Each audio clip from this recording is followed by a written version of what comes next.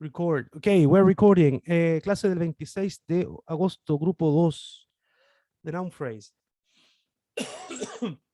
Vamos a continuar desde determiners hasta donde lleguemos. Paramos a las 3:30, a las 3:20 paramos, break y luego volvemos con análisis, okay?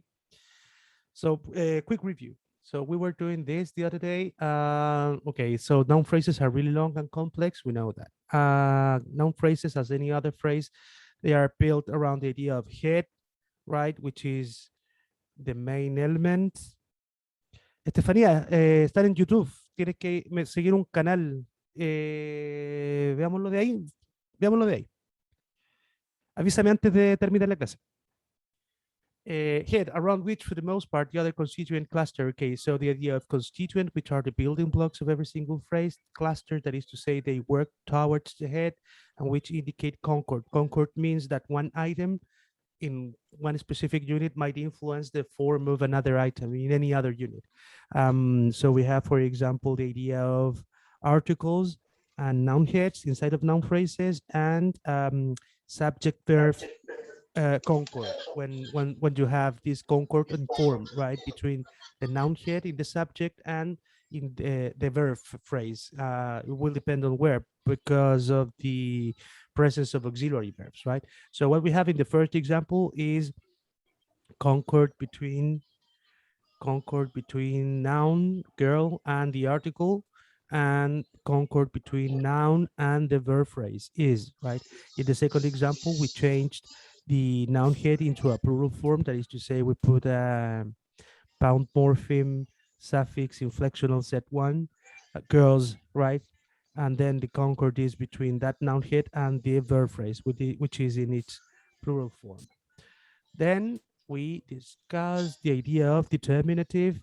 Okay, let's be very careful with that. I would say determinative or determiner immediately, right? Determiners are a group of words, right? I don't like the word right? But determiners, they are, thank you, Camila. Ahí está no es un canal, ahí guardamos las cosas. Eso. Thank you. Determiners is an umbrella term, which we use so as to, it's an umbrella term we use so as to enclose or group a couple of different elements, word classes, I would say, right? Determiners, then, they are different from modifiers because they don't provide a characteristic to the noun head, but they provide the idea of definiteness, or even the idea of number, okay?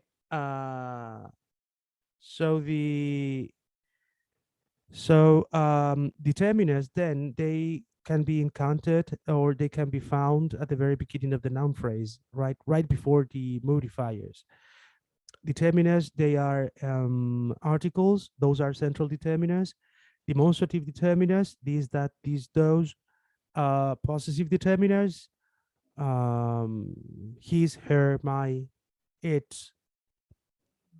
And then quantifiers, which are words that relate to numbers, but words, right? Like expressions, like a few, half, both, all, any, none, and then numbers, enumerators in other way. When I say numbers, I'm talking about cardinal numbers and ordinal numbers, right?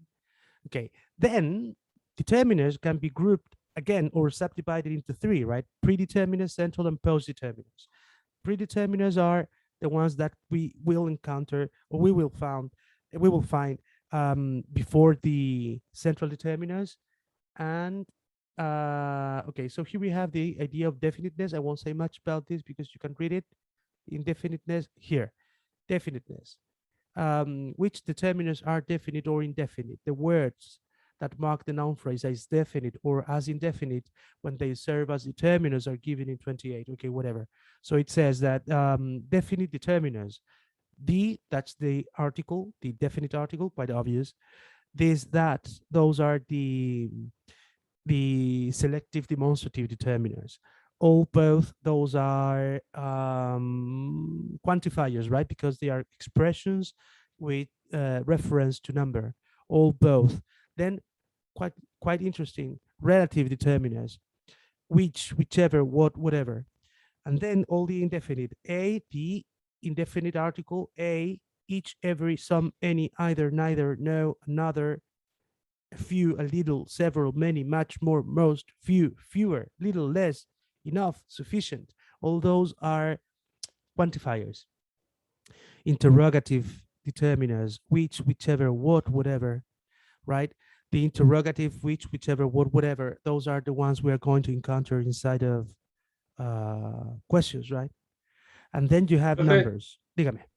tengo una pregunta con el definiteness. No entiendo cuál es la diferencia entre el definite y el indefinite.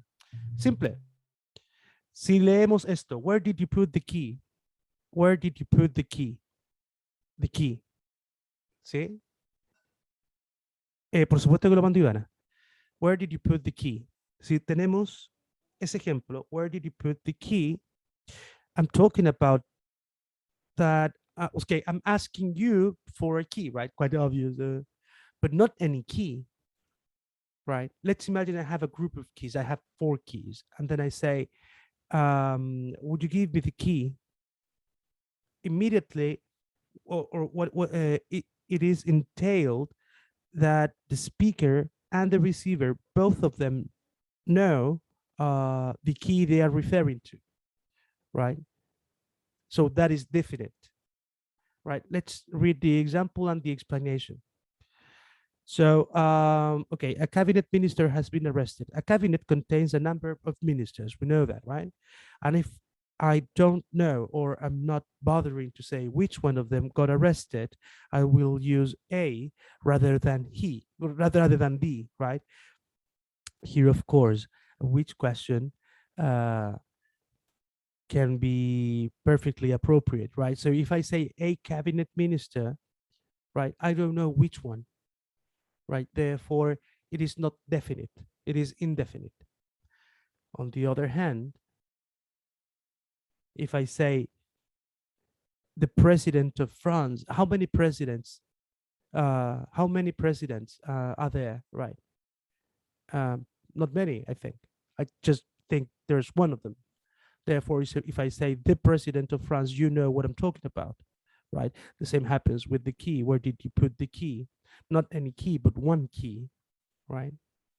The correct and exact definition is the one over here, right? It says the presence of the definite article the indicates that the head of the noun phrase is considered sufficient in the context to identify the referent. Again, indefiniteness has to do with information. It has to do whether both speaker and receiver, they know what they're talking about, like exactly, right? In syntactic terms, I would say then that the presence of the definite article or the idea of definiteness has to do with how much information you have about the referent. The referent is the entity placed inside of the subject and the entity which we're talking about, right? That is to say, the noun head in the noun phrase playing the role of a subject. No sé si queda claro, Julián. Sí, profe, muchas gracias. Okay. Okay, so definite articles, indefinite articles. Noun phrase constituents, predeterminers. Here we have a list. I'm not going to ask you to remember all of it, but just to review them, right? Like, for examples, predeterminers, we have all, both there, all, both, and half, all the girls, both those cars, half an hour. Okay, and with this, I'm going to provide an example. Probably we already saw it during our previous lesson, but we're going to do it anyway, okay? Okay, and 150. 150. Okay, I'm going to do this stuff. We're dealing with noun phrases, okay? Noun phrases. Les pido disculpas, chiquillos, pero cambié todo y me estoy acostumbrando a escribir de nuevo en esta cosa. Noun phrases, right? Inside of noun phrases, the first idea we're dealing with is the idea of determiners.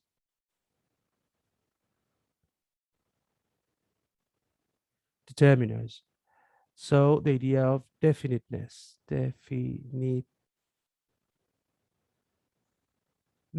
right, right.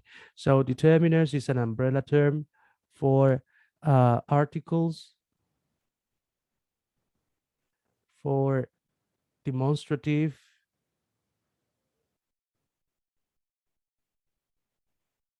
for possessive,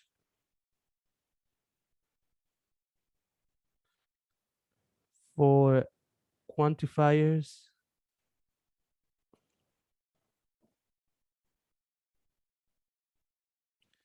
and for numbers. Right, right. Another point is determiners can be subdivided into subdivided into one, predeterminers, second, central determiners, and third, post determiners. Okay, okay. One of the major stuff about determiners is the fact that there's one slot for them, just one slot. Okay, let's imagine this is a noun phrase, and in the middle we have our noun phrase. Before that and after that, we can have modifiers, and at the very end, it can be modifiers or complements. But at the very beginning, you have your determiner slot. So this is just one slot.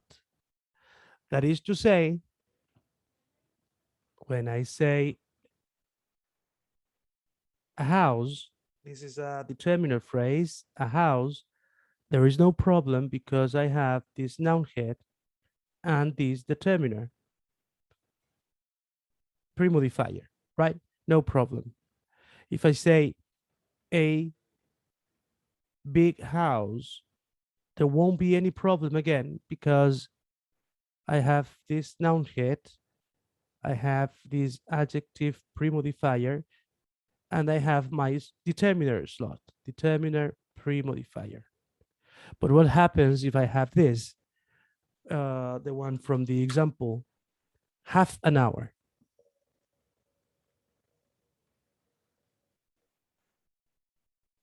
Half an hour is a noun phrase. And I have hour, which is my noun head. But then I have this, which is different.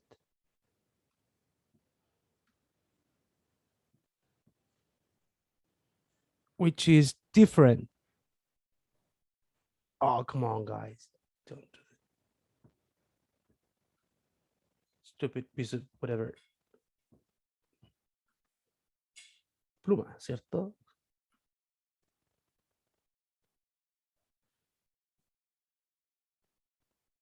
That stuff is called determiner phrase. And the determiner phrase is the one which is pre-modifying the noun head. And inside of that, we have have, and. And is a central determiner, and have is a predeterminer. And that's the analysis you must provide from now on. This is the point. The point is, inside of a noun phrase, you have just one single slot for a determiner. So what happens if I have two determiners or more, right? What you're going to do then is group them into one unit called determiner phrase. A determiner phrase then is something like a phrase, I'm not that sure. And inside of that phrase, you will have this idea of pre, central, and post determiners. So how can I differentiate between a pre, central, and post determiner? Okay, my first hint and the most important one is this: central determiners equal articles. So if you see an article, then anything that goes in front of that is a predeterminer, and anything that goes before that is a post determiner. There's another issue. Determiner phrases, determiner phrases, determiner phrases, determiner phrase.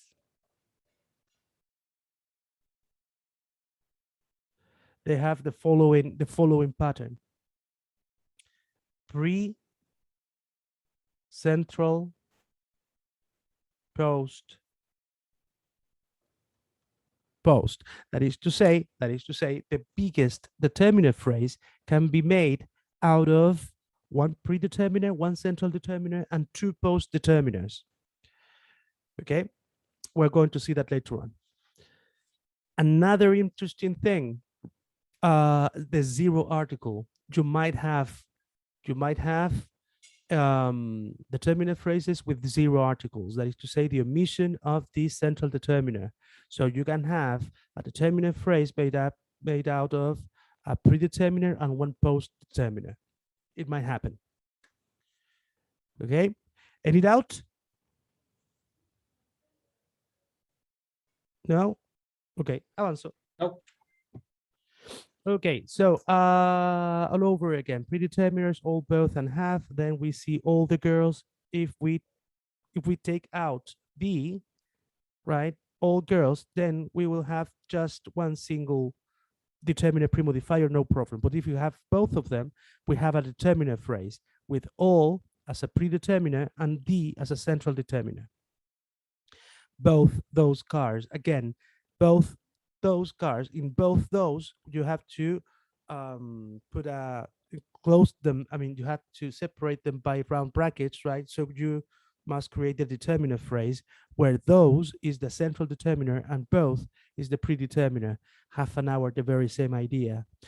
Then multipliers, double the sum, determiner phrase, twice my salary, twice my determiner phrase. Fractions, they are different because one third, even though if you look at it, you can see two different words. I don't like the term, but you can see two different words. But as there is a hyphen in the middle of them, you just have one single lexeme. So if you see one third the time, then you have a determiner phrase. But if you can see in some place one third time without the, you just have a determiner premodifier, right? Such a surprise, what a fine day. Then in both cases, you have determiner phrases, right? Such a determiner phrase. What a determiner phrase. Central determiners, use of the articles with count and non-count nouns. Okay, well, this is the stuff about countable and non-countable nouns, right? But in any case, central determiners are articles, right? I won't say much about that because I think it's self-explanatory. Other central determiners, the selective demonstrative determiners, these, that, those, every, each, and no. Be careful with no and not. Not.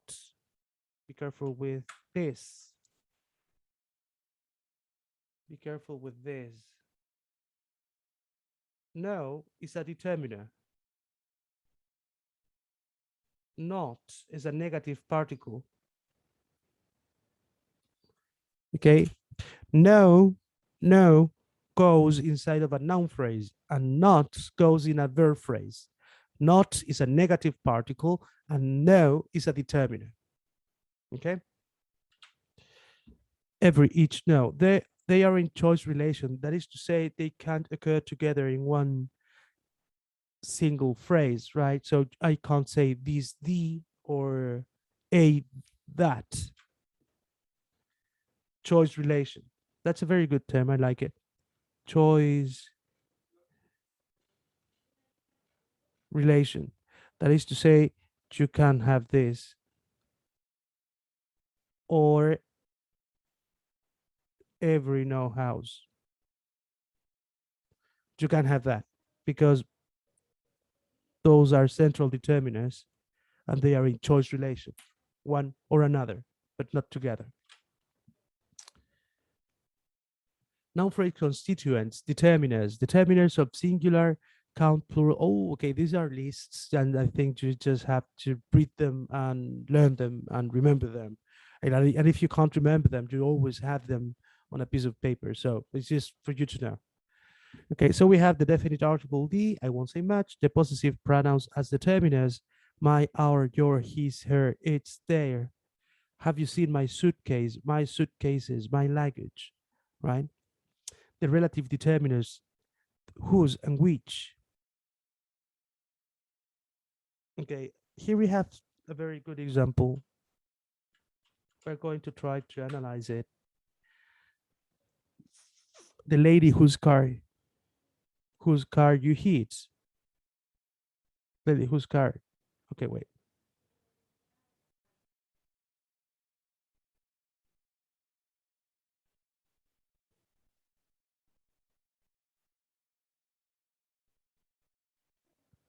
The lady whose car you hit was furious. Okay, I would do it in this manner.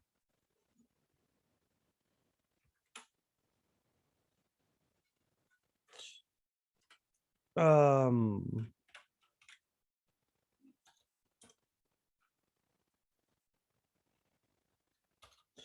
the gift.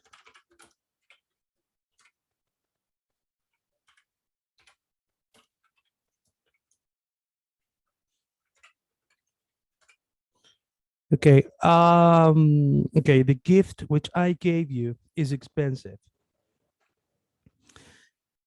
Okay, we're going to try to analyze this. We're going to use this color. So what I'm going to do is looking for the main verb phrase, which is, right? It is expensive. So all this stuff over here is a noun phrase and is performing the role of a subject. This is a verb phrase and performing the role of the verb of the entire clause. What does it mean? It means that clauses, that is to say, group of sentences, group of phrases, they are not built at random, they follow certain patterns. What are the names for those patterns? We call them valency patterns. What's a valency pattern? A valency pattern is a way, an order in which we're going to write English clauses. There are plenty of them,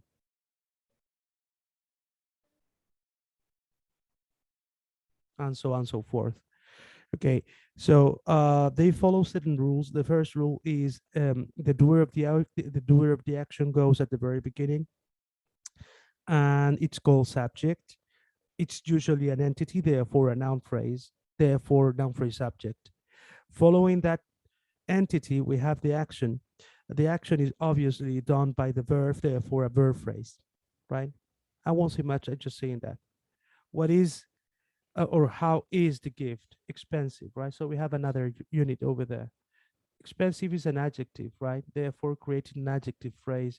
And the name for this unit is called subject complement because it is providing information about the subject. Then inside of the noun phrase, we have obviously the noun head and we have a central determiner, right? So as it is just one of them, I'm going to write down determiner premodifier, but then I have which I gave you, which is different. Now the problem is which I gave you. What is that? That thing is another clause. How do I know is another clause? Well, because clauses they must contain a verb phrase. Where is the verb phrase? Gave. That's my verb phrase. Therefore, is another clause, which I gave you. Then, as it is another clause, I'm going to enclose it by using square brackets so as to provide this idea of clause. And then I'm going to separate the verb phrase, which is inside of it, right? Gave. Who gave this thing to you? I. Which I, right? So both of them goes together, right? And then I have the only element left, which is you. What's the name for this? This stuff is called relative clause, right? Okay, they have a bigger name. It's called WH relative clause. In some other places, they call it adjectival clause. In some other places, they call it defining or non-defining relative clauses. Some other places, they call it identifier or non-identifying. For us, in this course, we're just going to call them relative clauses. But you must be careful because next course, that is to say, grammar 3, they will give you their real names, right? So for us, just for us for now, relative clauses. So all over again, which I gave you is a relative clause, and I think it is optional. The gift is expensive, which I gave you. I think is yeah, I think is you can erase it. Now, as I said, relative clause, I have to say what's inside of it. I can see three different phrases. The easiest one is the verb phrase. And then the last one, the object, right, is a noun phrase. How do I know that? Because it is made out of a pronoun. And it's the receiver of the action, therefore object. You is a pronoun, head. But then I have which I, right? Which I is a noun phrase. How do I know that? Because there's a pronoun inside of it. But teacher, inside of that, there's not just one single pronoun, but there's something else. And I already told you that pronouns they replaces well, pronouns they replace entire noun phrases. Yes, but they can be introduced by the presence of a determiner as well. Now you know that. So this noun phrase subject has two different elements inside of it. We have a relative pronoun, a relative determiner, which, right, as it is only one, I will say is a determiner premodifier of this pronoun head. And that's it. Any problem?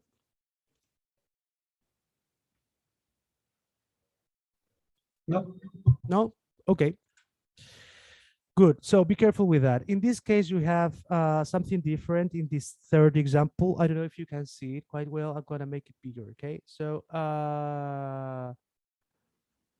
the relative determiner whose and which, and as you can, number three, right? The lady whose card you hit. In this case, you're seeing that whose is premodifying the car, right? So we don't have pronouns. Careful with that. Call again at 11. By which time, again, by which time, right? Which time, again, we have the determiner premodifier, the relative determiner premodifier, follow like modifying time, which is a common noun, right? Again, number four, WH determiners, which ends in ever, whichever, whatever, whose ever idea. I've never used that. The interrogative determiners, no problem. The negative determiner, no problem. 12. Determiners of plural count, well, whatever, zero article. The assertive determiner, some and any. Determiners. Quantitative determiner, enough. I've got enough equipment. Oh, be careful with enough. Enough has another issue. I'm quite certain, quite positive that enough is an adverb as well.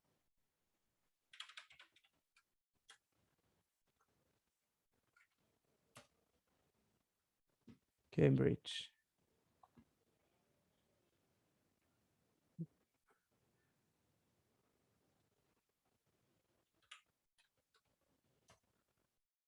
Enough. Determinate pronoun adverb. Oof. Okay. Enough can be a determiner or a pronoun. I've never seen it as a pronoun. And an adverb. Be careful. And how can I differentiate between them? Well, I will make this difference because of their syntactic position. If I say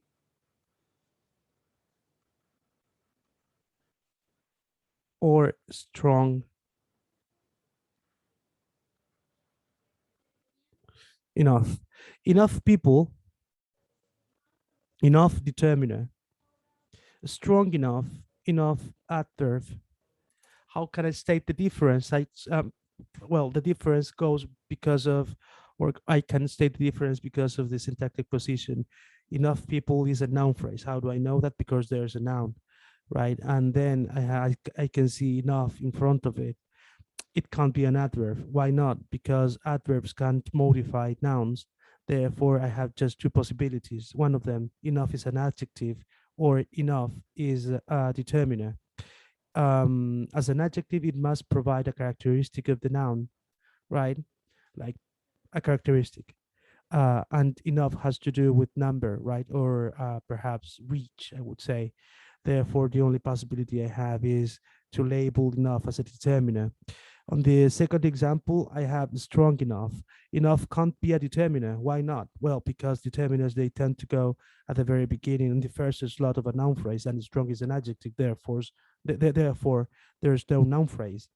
Um, enough, could it be an adjective? No, I won't say so, because adjectives, they don't modify adjectives. Well, there are cases, but not many. So how can I what is doing enough then is modifying strong. What modifies what I mean, which item is able to modify an adjective? Basically adverbs. Yeah, but this one doesn't end in ly. Well, because there are adverbs which doesn't end in ly, right? This thing is called post adverb, right? And it's considered to be a post modifier inside of an adjective phrase, right? So be careful with enough. Any problem? No? Okay. No, Si voy muy rápido, me avisan. Determiners of singular count nouns, whatever. Yeah, this, that. I won't say much. No sé si dije que los selective demonstrative determiners, this, that, these y those, no solo marcan whether the noun phrase is defined or non-defined, but also they mark the idea of proximity and distance in psychological, physical, and time distinctions, right? So if you use these and these, right, the singular and plural form is close, and if you use that and those is distant. So if I say that house, there is a little disrespectful or psychological distance, right? That house, that woman, that girl, that boy, that teacher, that whatever, right? But if I use this, is a proximity. Then I'm showing proximity. I'm entailing proximity. That's the word, entail. Noun phrase, determiners, plural counts, whatever. We already saw this. No problem. More determiners, indefinite, every, each, either. You can park on either side. Neither, right?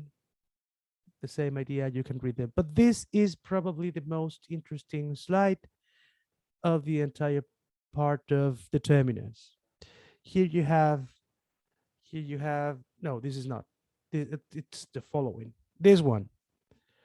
Okay, these are determiner phrases. And this is the thing you have to remember. Okay, let's remember that determiner phrases, they are created because you just have one single slot for determiners inside of noun phrases, right? First of all, so whenever you have more than one determiner, you have a determiner phrase. I told you that determiner phrases are created following a pattern, and the biggest one is pre, central, post, post. And here you have the examples for that, right?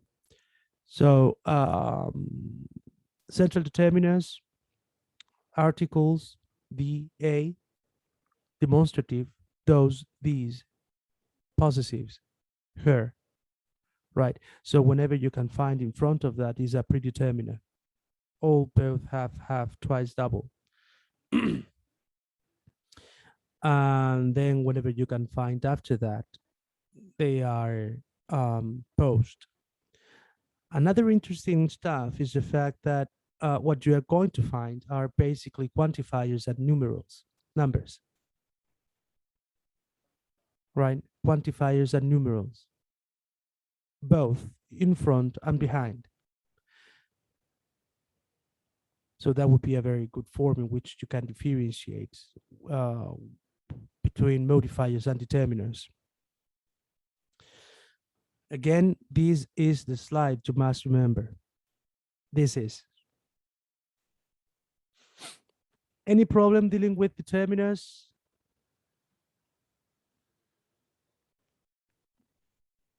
Summary. That's a no. very good one. You see that? So all over again, you have what you have as central, right? And then what you're going to find in both places, like in pre and post positions, are basically numbers.